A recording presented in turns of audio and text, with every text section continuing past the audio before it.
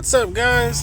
Thanks for jumping back in to see my videos. This is Dr. Jem Min with you guys, and if you guys are enjoying the content, please like and subscribe. Like I've been seeing lately, I've seen more likes, and we got a new subscriber yesterday, so another positive. So thank you guys for jumping in and enjoying the content. And if you guys have any kind of feedback, constructive feedback, I am definitely open and willing to listen. But I'm just excited that it seems like some of these videos are actually getting some views. I had the first video hit 200 views. It looks like it's going to keep doing well. So I'm just enjoying talking about some of these old school cards like we're going to talk about today, and just bringing them back to light, making sure the new Russia collectors really understand the history of Pokemon, which feels like that's what's getting not overlooked, but it's just people are missing out on the fun, because there is so much fun when you look at these vintage cards. So let's just talk and see where we land at.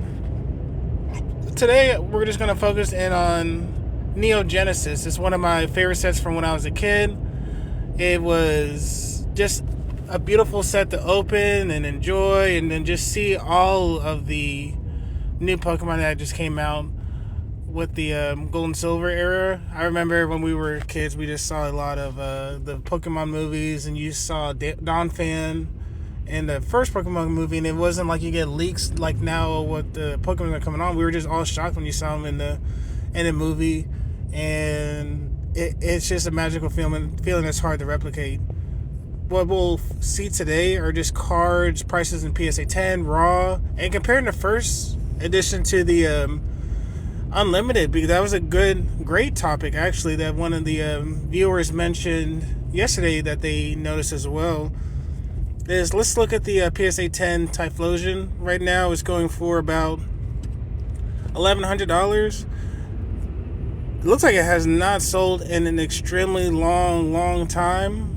It's probably even more expensive than that. That's the problem when you're trying to get these unlimited cards. They don't sell because they're just so hard to grade.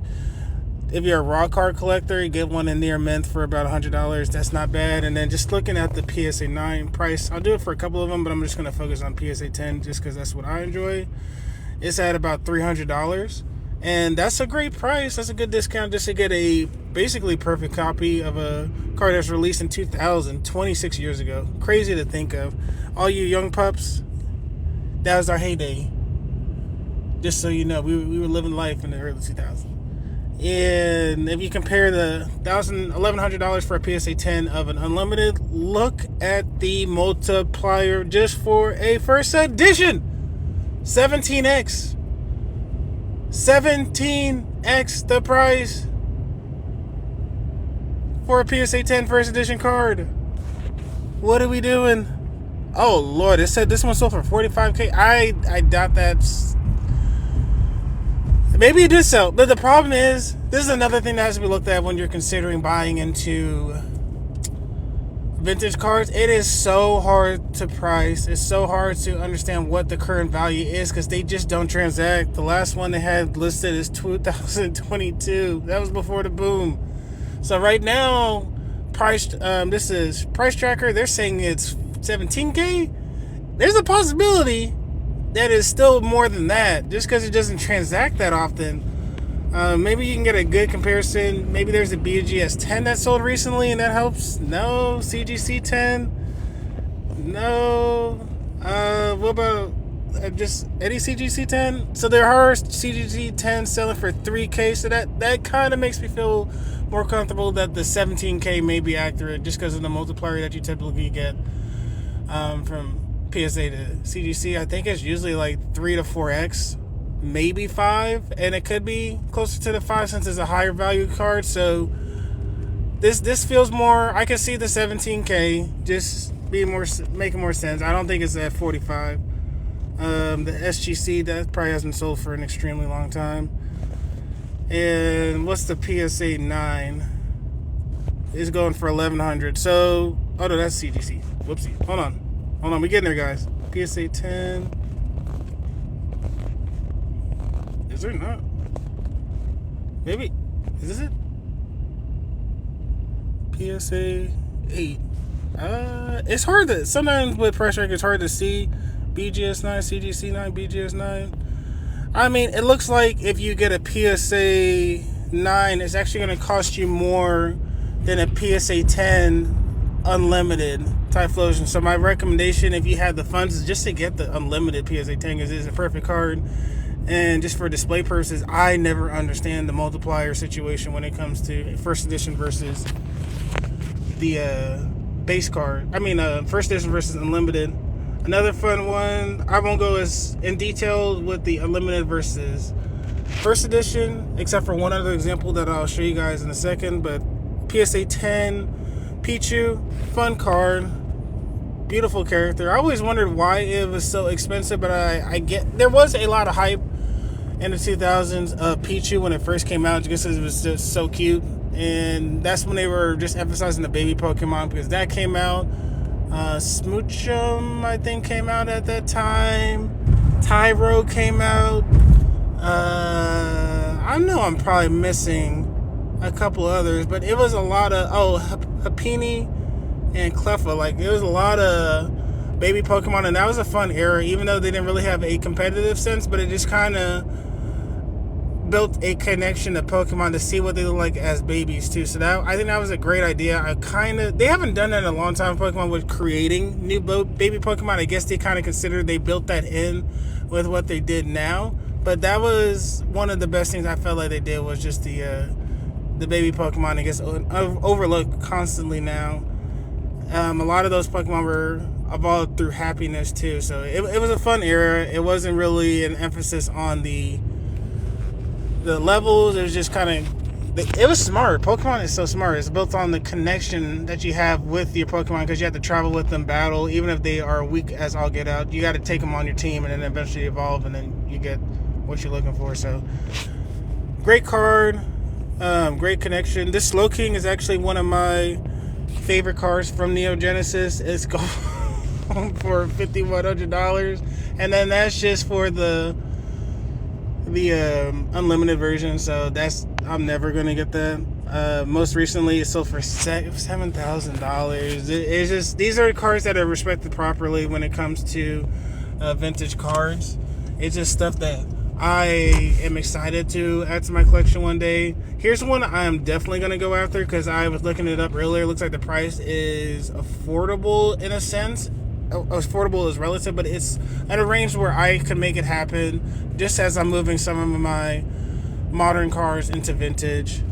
This PSA 10, they have around the 250 mark. I mean, they sold for 300, 200, 190, 240, 300. So if I get it for around 300, I'd be pretty happy with it.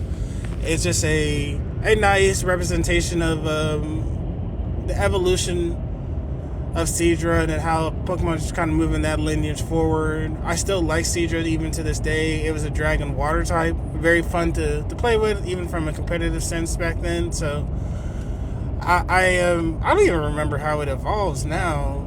Golly, too long. But it was a card I had in my collection as a kid. I wouldn't mind just adding it to the collection as a PSA 10. Let's see what this Feraligatr is going at. I already have a feeling that it is crazy. Yep, it's actually more than the... I think that Typhlosion is a good deal as I'm looking at it, because this Feraligatr is $88,000. I think that's a fair price. Oh, it sold recently, so that could be what's going on with the Typhlosion. It could be closer to this high number once it actually sells again. So that could be... If you're just looking at a card show and you see someone actually puts that Typhlosion at $1,000, where it seems like what someone may make the mistake and consider there, it's probably worth more than that. So just kind of use your analytic skills and seeing what these other cards are compared to. This is another part of vintage where you just don't go by face value.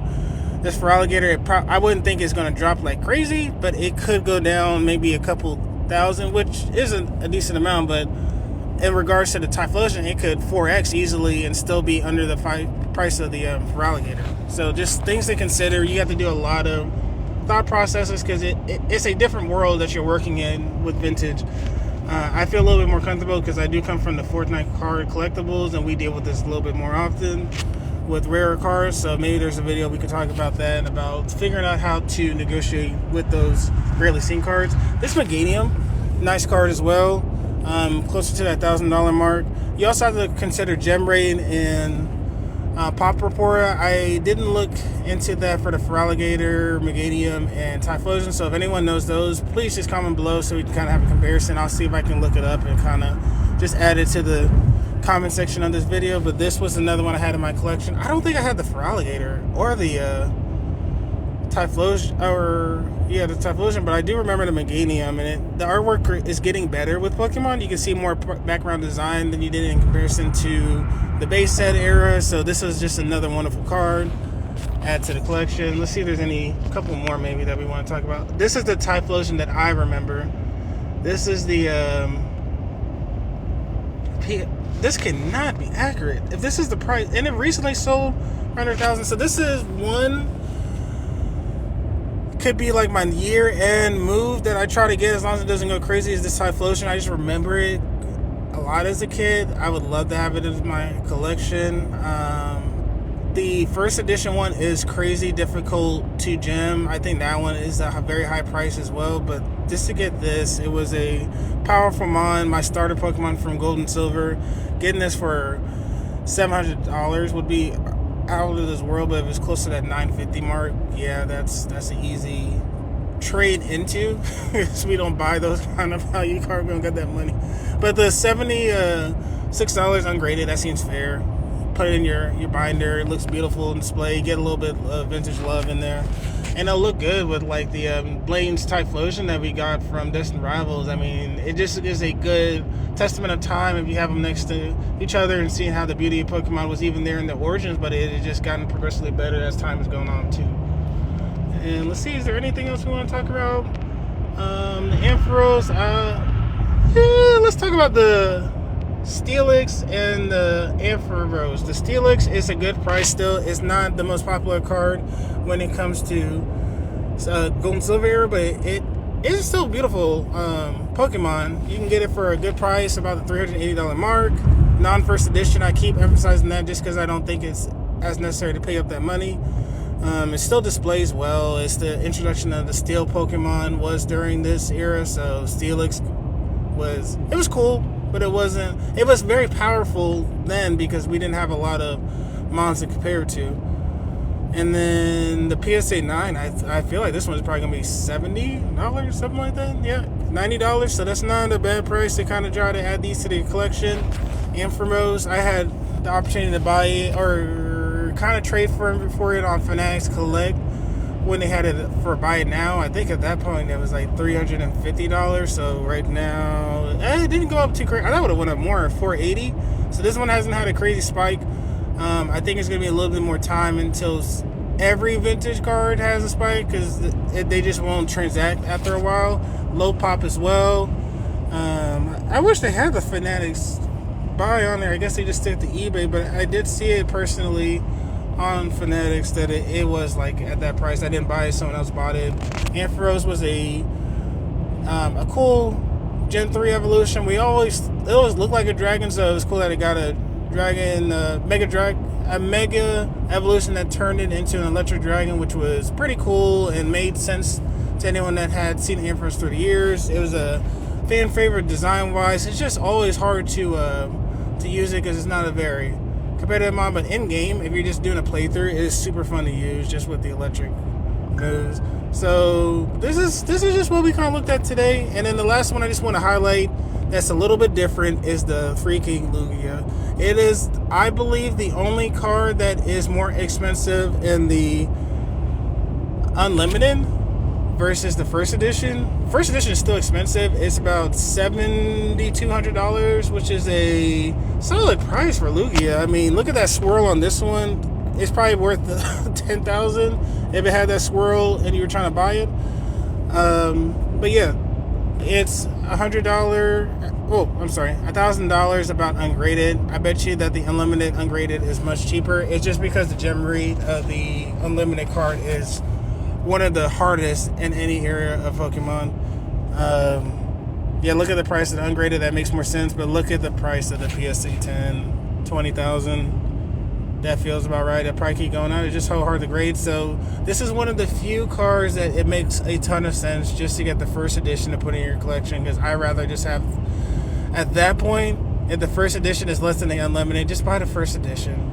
just get it in your collection. I know it is super rare to have that unlimited card, but it just kind of shows the fact of how collectors don't have a pride and true just love for first edition. It's just because it's seen as rare, that the one time that the unlimited card is actually rare, it is destroying the first edition in sales in PSA 10. So this is a discussion I want to have with you guys. Let us know what your favorite card of Neo Genesis is. If you guys haven't really been exposed to the set before, just kind of let me know what you guys think below. And it was great just talking to you guys about a classic set for me.